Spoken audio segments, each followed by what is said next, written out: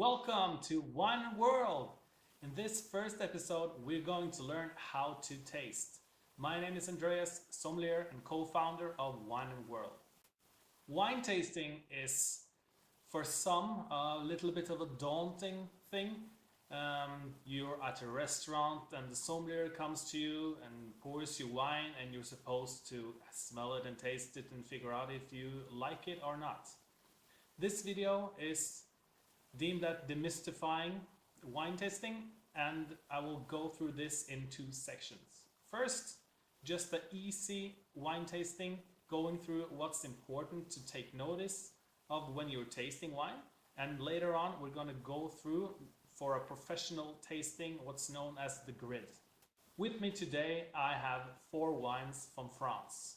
We have picked one Riesling from Alsace, one Chardonnay from Chablis, a Bordeaux blend from Saint-Emilion, and a Borgin Rouge from Burgundy.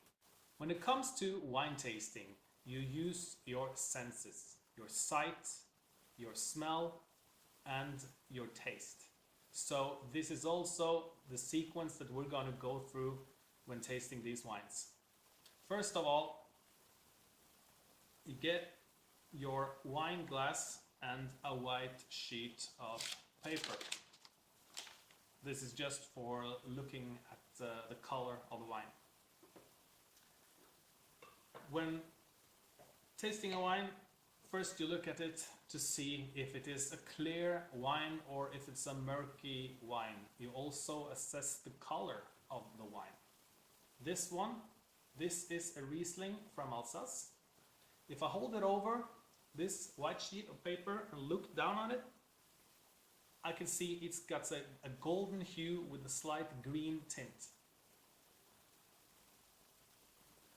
White wines that have aged for a while in oak barrels, they tend to be more deeper in the golden color. This wine, the Chardonnay from Chablis, it has more or less exactly the same look as the Riesling. The Riesling might be slightly more golden, but that's just a very minute difference. This one, the Bordeaux, this one is very dark red. Dark red with kind of burgundy, pinkish rim around a dark center. If I hold my finger under this wine when looking at it, I cannot see my finger. So it's a very deep, dark color. The Pinot Noir from Burgundy is a slightly lighter red color. This all depends upon the producer and where it's from, but I can see my finger quite clearly through this glass. So that covers the sights. Then we're going over to smell it. Smelling the Riesling has a distinct taste of some sort of Swedish honey to it. On top of that, a lot of pears and green or yellow apples. This one, a little bit of both. The yellow apple is more of a sweet smell, whilst the green is a little bit more sharp smell. This Chardonnay, the Chablis is quite an easy drinkable wine. You use it for an aperitif or on a hot summer day. Of course you can use it with food also, but this one is like fantastic for an aperitif. Smell is of green apples, a little bit of minerality, and some citrus, some kind of lemony taste. Smell, I mean. And we're gonna move over to the Bordeaux. You notice that I have the 2 white wines in the same glass. These are typical tasting glasses. The Pinot Noir has a lighter aroma to it, more delicate. So the flute of the glass goes in on top. kind of like a flower. This one is broader on top, and this is because you want more of the vapors from the wine to get out. You don't want them to be focused through a narrow hole, because it will be too much. If you put your nose into it, you will be hit back if it's a really potent Bordeaux. This one I can smell has been in oak barrels because it has spices and that kind of taste to it. I mean smell.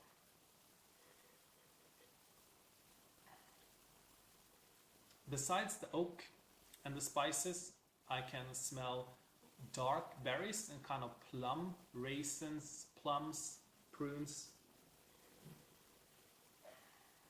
It's a very nice wine to smell. Over to the Burgundy.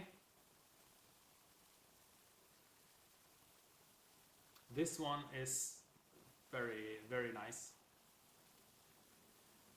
Lot of red light berries like strawberries and raspberries. Also the thing that I associate with kind of forest floor twigs. This might have spent a little time in oak barrels, but not much. So it's very fruitful, very much lighter than the Bordeaux. After assessing it through sight and through smell, we already know that these wines, there's nothing wrong with them. They're not corked wines or anything wrong with them. But of course, can be tricked, so we would like to taste them as well. If a wine is corked, it is usually completely flat and lacking of fruit. Let's taste the Riesling.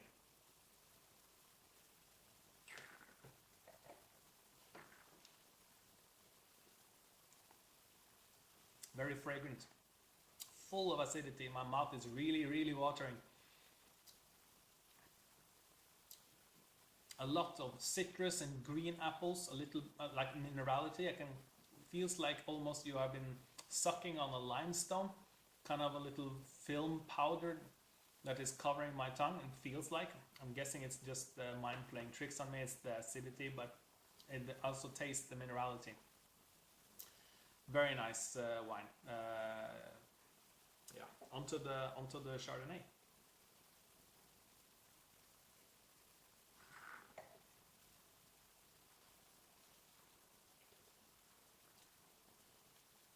Also high acidity, medium plus. A lot of green apples in this one. Green apples and citrus. Very nice aperitif, very nice on a hot summer day. And now over to the Bordeaux. This Bordeaux is from Saint-Emilion, east side of Bordeaux. 75% Merlot and 25% Cabernet Sauvignon. They produce more Merlot grapes on the east side of Bordeaux, and on the west side it's predominantly Cabernet Sauvignon. That's the main grape.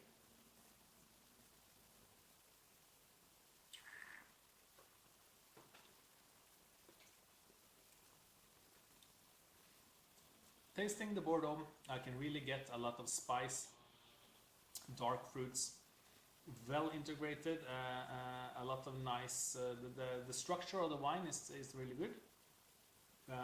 That means that it's not the acidity is not overpowering the fruitfulness of the wine or the sweetness of the perceived sweetness of the wine, or vice versa. So you can it's a well balanced wine. Then the Pinot.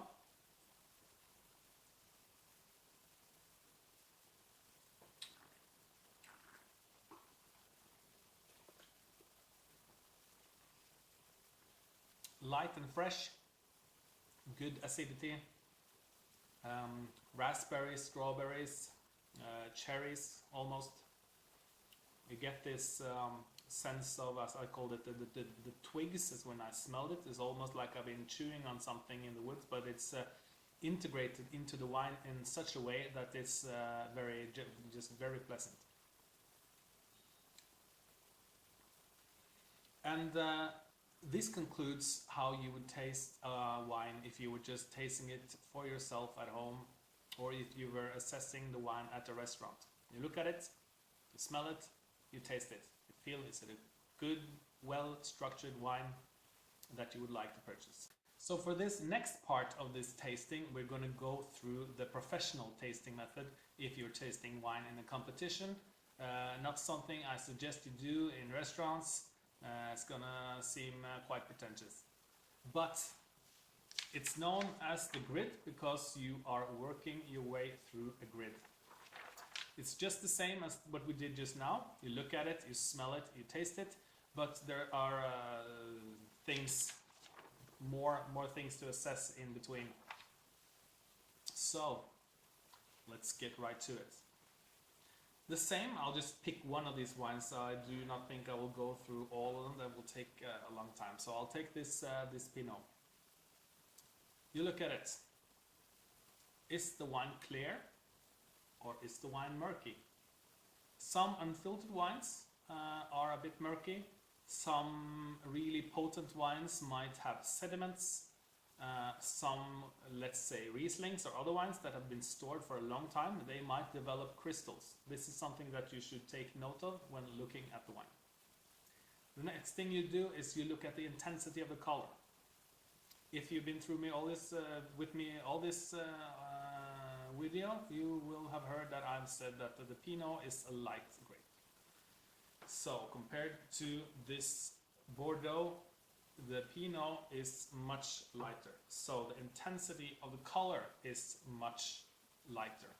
As this would be assessed as a medium plus on intensity on the color, this will be more of a medium minus on the color. Then you look at what we just call other remarks, whatever it is. Usually you look at it over the white piece of paper and you assess the coloring of the wine. This is a red pinkish center that goes out to light pink on the rims, whereas the Bordeaux would be deep red, almost like a brick in the center, moving on to lighter red, but much less lighter than the Pinot. So then after you've had a look at it, then you smell it. The purpose of smelling it is to see if it's in good shape. This one is in good shape. It is not corked. So say the wine is in good shape. What is the intensity of the smell? Can you smell it from here? Or can you smell it from here? This one I can smell when my nose is closer to the glass. It means it's not a medium plus on the intensity of the smell, but more on the medium side. The Bordeaux, I can actually smell quite a bit above the glass, so that will be a medium plus on the intensity of the smell. The next thing you assess on the smell is if it's developed. This one is from 2015.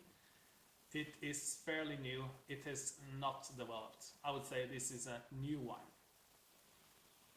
This one is from 2014, just a year between them, but I would say that this wine is under development because I can feel that it has something going on with age, a little bit.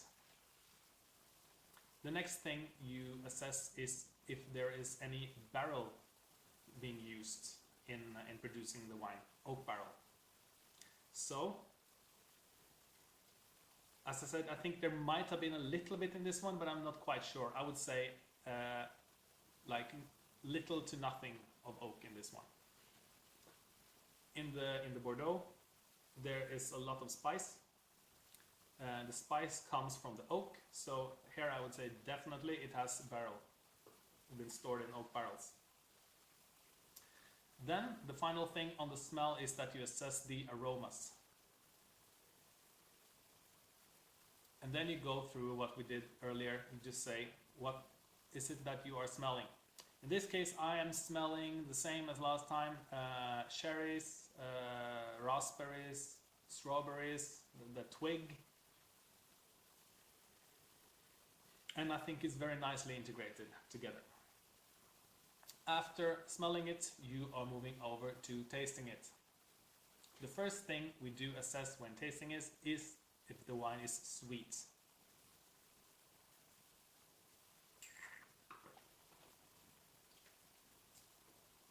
The wine is not sweet, it's bone dry. Some wines, they can fake you into thinking that they are sweet.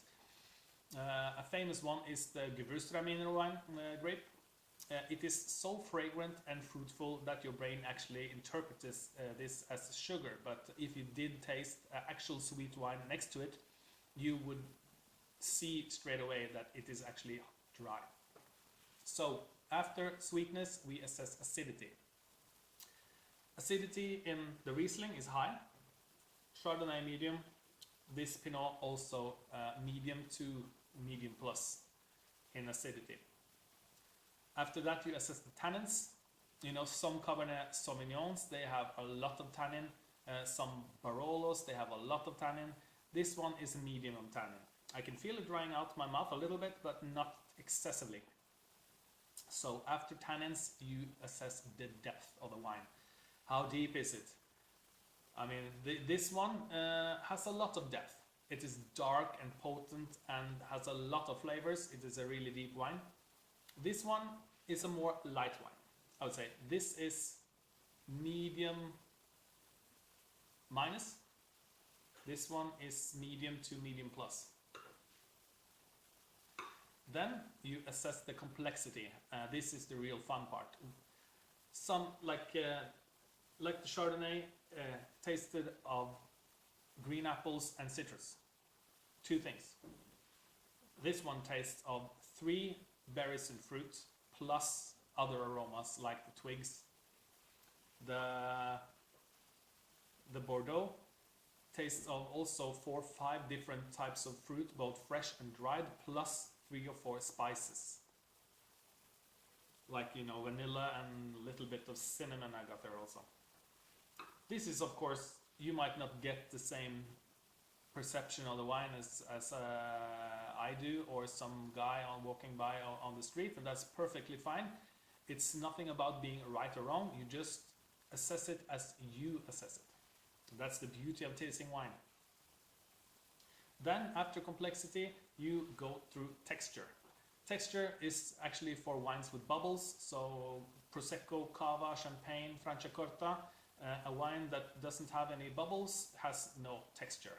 So you would assess a bubbly wine on the texture if it has big bubbles or small bubbles in the mouthfeel. And then after texture you go through aroma. You taste it. We taste the wine, and what do you taste?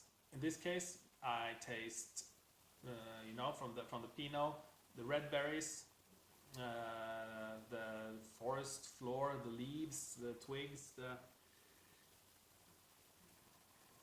some spice that is behind there also. That's why I said it might have been a little bit of time in oak casks, but I'm very uncertain. After the aroma, you assess the alcohol content. Looking at, I mean, if you have assessed what kind of grape it is, or if you know where the wine is from, you might have a pretty good inkling about the alcohol content of the wine. These red wines here are about 13%. We do not, you do not smell the alcohol particularly much hovering your nose over the top of the glass. For some wines, it can really sting, or not sting, but you can smell the whiff of alcohol. For me, this is not a sign of good quality in the wine, because it means that there's so little going on in the wine that you actually are just smelling the alcohol. Some wines, you know, like Amarone in Italy, can have alcohol percent up to 18.5%. I don't think actually you will particularly smell it, but it's you will feel it when you drink it, that it's a really when you're talking about the depth of a wine, that is high, like high plus. And also Depending on producer, the complexity will be high plus, and the length will be also very long. So it's a really powerful wine. Some people adore it, some people do not. Here in Norway, it is extremely popular. Also, its little sister, Ripasso, very popular. So after alcohol, we assess the length. How long does the taste linger in our mouth? Well, a good medium, like 20 seconds, something like that. Going back to this Chardonnay.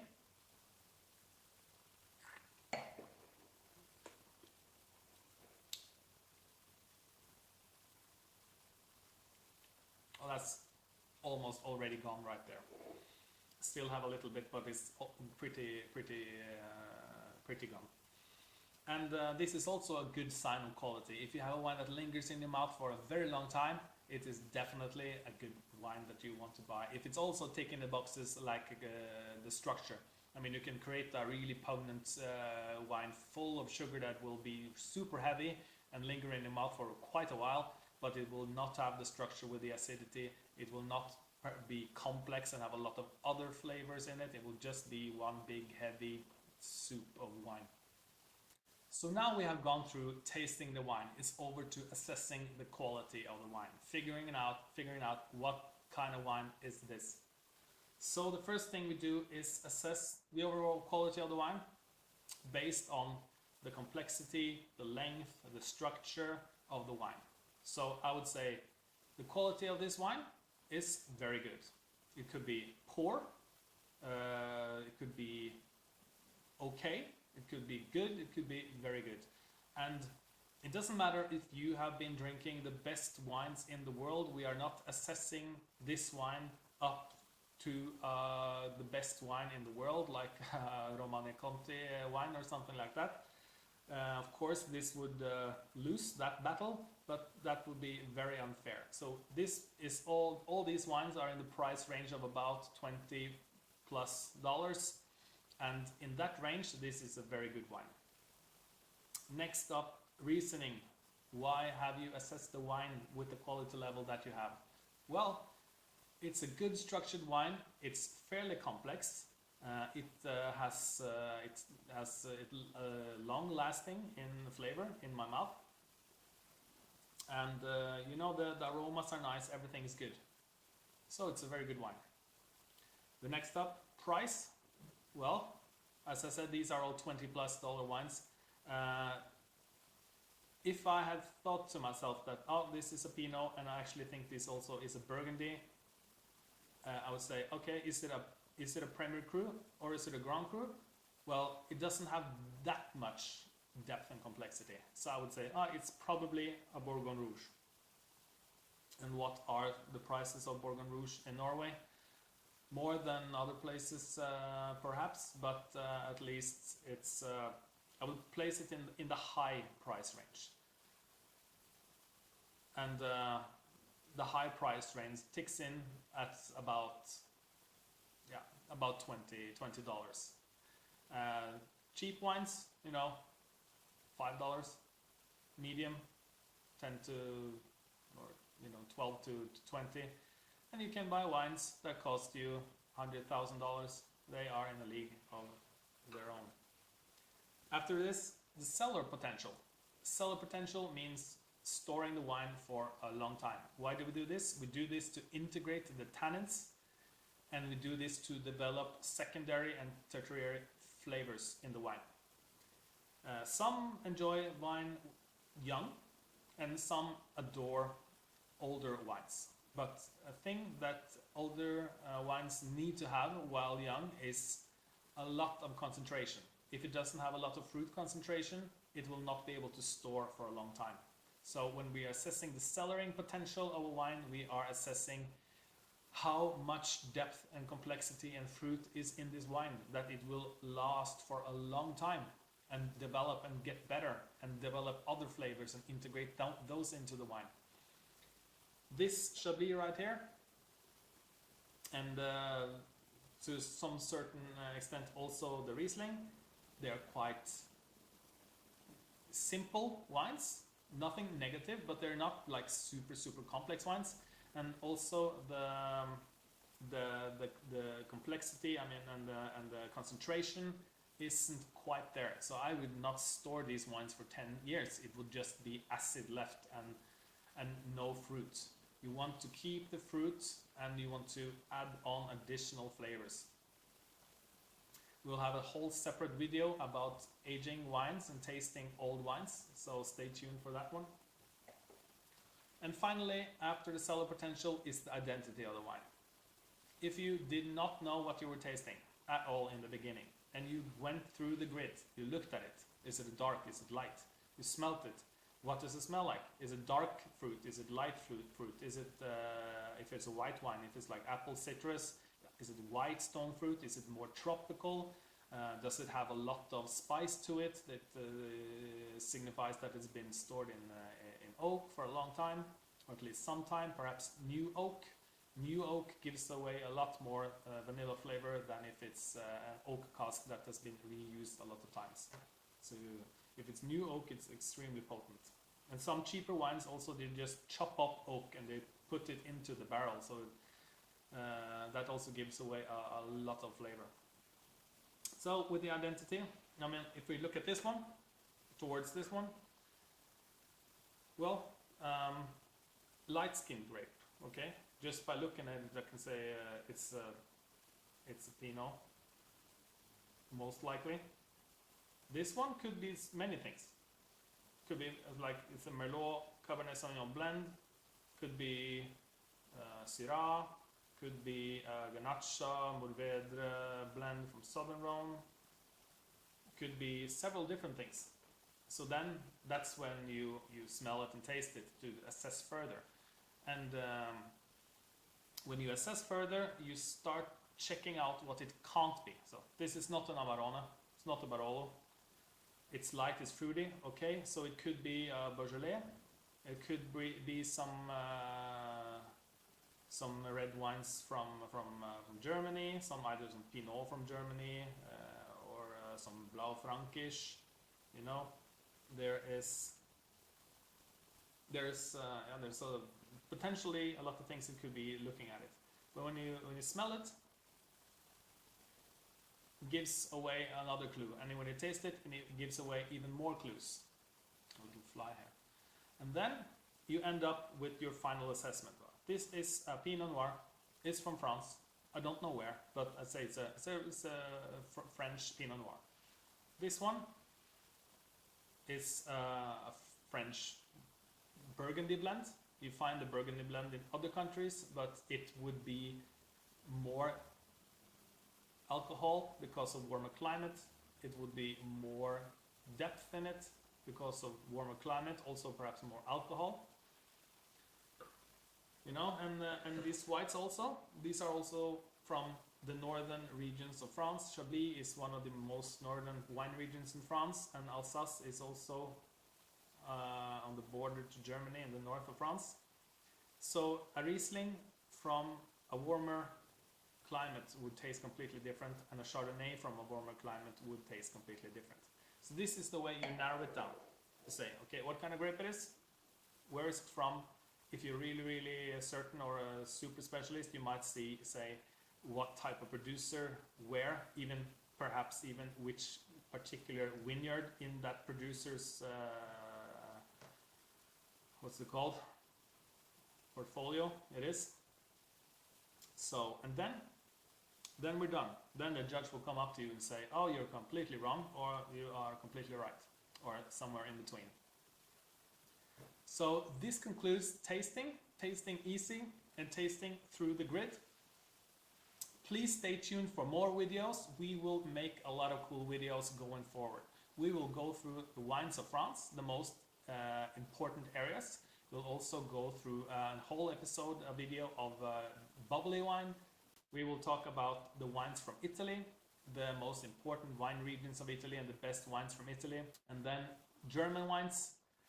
There is not only Riesling in Germany. They have a lot of good red wines as well, and we will taste those. And then we will go through tasting with old wine and young wine. What types of wines are good for laying down and storing for a long time. Then we will do Bordeaux, Burgundy, Champagne, Riesling. We will also look at Rome and northern Italy, Barolo's or Barbarescos. So thank you very much for staying with me in this video. I hope you have learned something. If you like it, please like, share, subscribe. Comment if you have any suggestions as to what you want me to focus on in any particular video. And I'll see you on the next one.